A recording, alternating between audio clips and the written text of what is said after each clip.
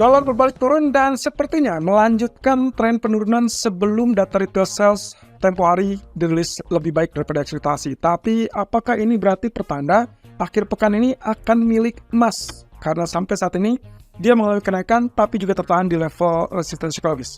Mungkin nggak ya kira-kira emas akan mencapai level 2000 menjelang penutupan akhir pekan? Kita lihat ulasan berikut ini. Ya, high impact untuk economic data minggu ini akan berakhir dengan data malam nanti, yaitu terkait dengan housing starts dari Amerika. Tapi data yang paling mencolok bagi saya hanya dua, dari kawasan Inggris dan juga kawasan Uni Eropa. Dan itu berarti kurang lebih sekitar 30 menit lagi, di jam 2 kita akan melihat data retail sales dari Inggris, lalu kemudian dilanjutkan di jam 5 sore adalah data dari Eropa, yaitu terkait dengan inflasi. Oke, ini yang cukup menarik teman-teman. Apakah mungkin kita akan mendapatkan rebound untuk pound sterling kembali setelah 2 hari berturut-turut diombang-ambing oleh efek dolar? Mungkin saja, tapi kalau misalkan seperti ini, saya berpikiran kemungkinan data yang menarik pun, katakanlah retail sales Inggris lebih kuat, maka kemungkinan spike itu akan bersifat sementara. Dan itu berarti tanda-tanda bahwa buy on rumor sell effect akan kembali menghantui pound sterling. Sehingga saya lebih mensyaratkan kepada Anda semua, kalau memang terjadi kenaikan, sepertinya sebaiknya Anda cari level resisten untuk siap-siap melakukan sell. Kenapa? Karena secara pondasi, mereka juga masih dilanda kebingungan, terutama setelah inflasi kemarin lebih rendah. Jadi potensinya sepertinya tidak akan ada kenaikan suku bunga untuk Bank of England. Nah, di sisi lain, inflasi dari zona Eropa juga akan menarik di sini untuk disimak. Setelah sebelumnya ternyata baik itu Amerika mengalami penurunan, lalu kemudian Inggris juga mengalami penurunan, maka sekarang juga diharapkan inflasi zona Eropa akan turun di bawah 4%. Kalau itu yang terjadi, ada kejutan lagi, berarti semakin memperkuat pondasi bahwa Bank Sentral kemungkinan sudah mendekati akhir dari fase kenaikan suku bunga. Nah, ini yang cukup menarik. Berarti baik pound sterling ataupun euro kelihatannya juga enggan untuk mulai penguatan terhadap US dollar, walaupun kondisi yang sama, dolar mengalami penurunan. Hal ini dikarenakan data ekonomi baik dari zona Eropa ataupun zona Inggris sepertinya masih kalah bersaing terhadap data ekonomi yang masih cukup kuat di Amerika. Jadi sepertinya kita akan dapatkan baik dolar ataupun euro ataupun pound sterling kecenderungan memiliki pola yang sama, yaitu penurunan. Tapi mungkin saja akan gagal kalau misalkan ternyata resisten mampu ditembus, dan itu nanti akan kita bahas di live streaming sore nanti. Oke, kemudian kita lanjut dengan outlook berikutnya ya teman-teman. Data akhir pekan ini akan seperti yang tadi kita sebutkan, retail sales Inggris. Kurang lebih diharapkan untuk basis tahunan, untuk core retail sales-nya diharapkan turun ya, dari minus 1,2% menjadi minus 1,5%. Sementara untuk retail sales inti atau retail sales utama, lebih tepatnya, turun dari minus 1 menjadi minus 1,5%. Jadi ada angka yang mirip di sini antara retail sales untuk yang utama ataupun retail sales inti basis tahunan. Sementara kalau kita lihat dari ekspektasinya untuk retail sales bulanan, baik itu utama ataupun core ataupun inti, diharapkan justru mengalami kenaikan. Nah, ini yang cukup menarik. Oleh karena itu, kemungkinan spike-nya kemungkinan bisa terjadi kalau memang basis bulanannya dirilis lebih kuat daripada ekspektasi, lalu kemudian nanti dia akan langsung adjustment dengan basis tahunan. Sehingga kemungkinan spike ataupun kenaikan akan relatif bersifat singkat saja sebelum akhirnya turun. Buy on rumor, sell effect saya rasa paling tepat untuk dilakukan. Kemudian untuk zona Eropa yang diharapkan adalah penurunan 4,2% dari 4,5%. Kalau berdasarkan dengan apa yang terjadi dengan CPI Amerika, juga dengan CPI Inggris, maka akan sangat wajar kalau kita akan melihat core CPI atau inflasi inti dari zona Eropa berpotensi turun di bawah 4,2%. Ya, mungkin saja mentok di 4,0, tapi itu adalah kabar yang cukup bagus juga sebetulnya, sehingga tidak ada alasan untuk Bank Sentral dalam ini ECB memaksakan untuk kenaikan suku bunga.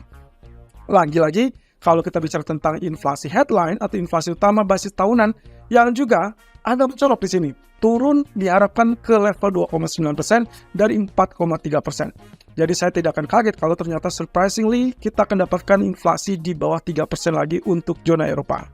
Semakin memperkuat bukti bahwa Bank Sentral kemungkinan semakin dekat dengan akhir siklus kenaikan. Itu pun dengan catatan tidak ada gejala ataupun potensi dari perang ataupun geopolitik yang memicu kenaikan harga energi ataupun harga minyak. Dan untuk nanti malam, walaupun data ini kurang diminati oleh pasar, tapi mungkin ini menjadi salah satu pertanda dari sektor perumahan dan juga izin bangunan. Jadi perhatikan saja data tersebut. Kalau memang ternyata datanya lemah, of course dolar akan melanjutkan penurunan atau pelemahan, dan itu berarti kesempatan yang cukup bagus emas semakin dekat dengan level 2000. Kemudian indeks saham mungkin akan ada rebound, tapi ya lagi-lagi mungkin ini ada profit taking. Saya tidak bilang bahwa indeks saham akan turun, tapi melainkan hanya sekedar profit taking. Artinya kemungkinan penurunan pun akan sifatnya relatif terbatas atau diharapkan terbatas, karena euforia market sampai saat ini adalah terkait dengan tingkat suku bunga Fed yang kemungkinan akan kembali dipertahankan di bulan Desember. Saya memiliki hal yang terbaru dari CME Fed Watch Tools. Kalau kemarin kita sempat lihat angka yang spesifik setelah CPI atau retail sales, ekspektasinya peluang adalah 97,4% dipertahankan di bulan Desember. Well, terbaru update yang tadi saya sempat lihat adalah 99% atau lebih tepatnya nyaris sempurna. Nyaris 100% mengatakan kemungkinan peluangnya dipertahankan alias tidak ada kenaikan suku bunga di akhir tahun. Dan inilah yang menjadi euforia market sampai saat ini. Dan itu artinya negatif untuk dolar dan juga US Treasury yield. So, secara naluri, secara natural, harusnya kita akan dapatkan emas naik, lalu kemudian indeks saham juga akan naik. Dan itu berarti lagi-lagi teman-teman, saya mengingatkan kepada teman-teman yang mau mengandalkan untuk window dressing, jangan tunggu sampai pertengahan Desember karena kemungkinannya itu sudah terlambat. Jadi manfaatkan hal tersebut paling lambat harusnya sejak kemarin inflasi Amerika dirilis lebih rendah. Nah, peluangnya masih ada apa tidak? Sangat ada. Dan tentunya terkait dengan data non-farm payroll nanti di awal bulan itu akan menjadi pemicu yang lebih logis. Termasuk terakhirnya adalah pertemuan FOMC di tanggal 13 Desember. Kalau sesuai dengan apa yang diharapkan oleh market, maka boom, kita akan dapatkan Santa Claus Rally sampai akhir tahun atau bahkan diperpanjang sampai awal tahun. Cukup menarik ya.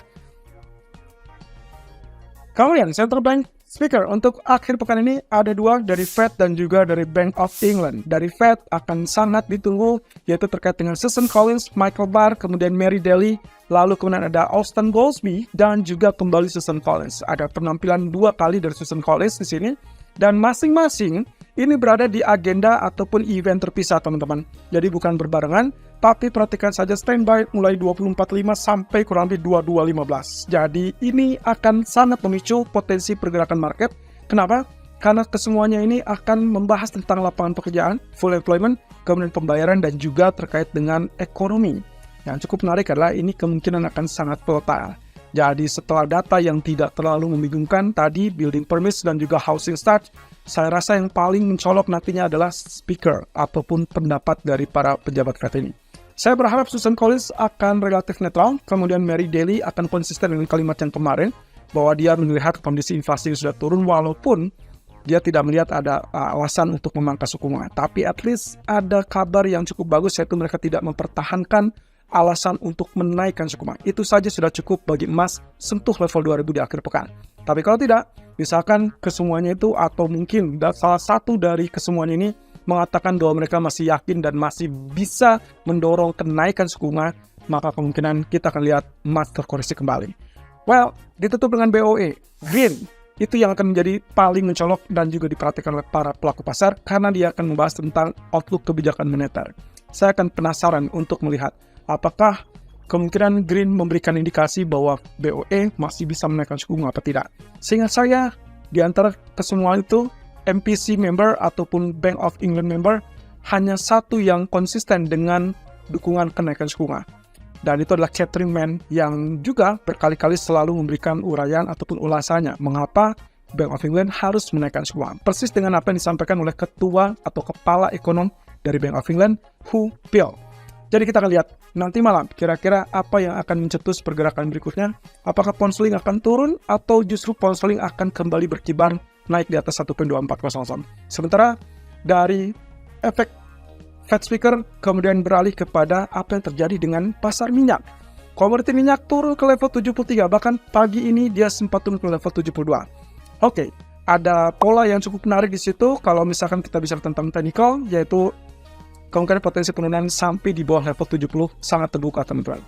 Hal ini dikarenakan adanya supply yang berlebih dari inventory Amerika, kemudian juga kondisi geopolitik yang sepertinya aman-aman saja. Saya garis bawahi aman-aman di sini, artinya market sudah jengah, sudah jenuh, tidak melihat ada konsekuensi yang lebih meningkatkan eskalasi, kecuali kalau Iran merespon apa yang dituduhkan oleh Amerika dengan melakukan pemblokiran Selat Hormuz. Selama itu tidak ada, maka tidak akan ada eskalasi yang terlalu penting. Walaupun berita-berita yang berkembang adalah Israel tetap membom Palestina.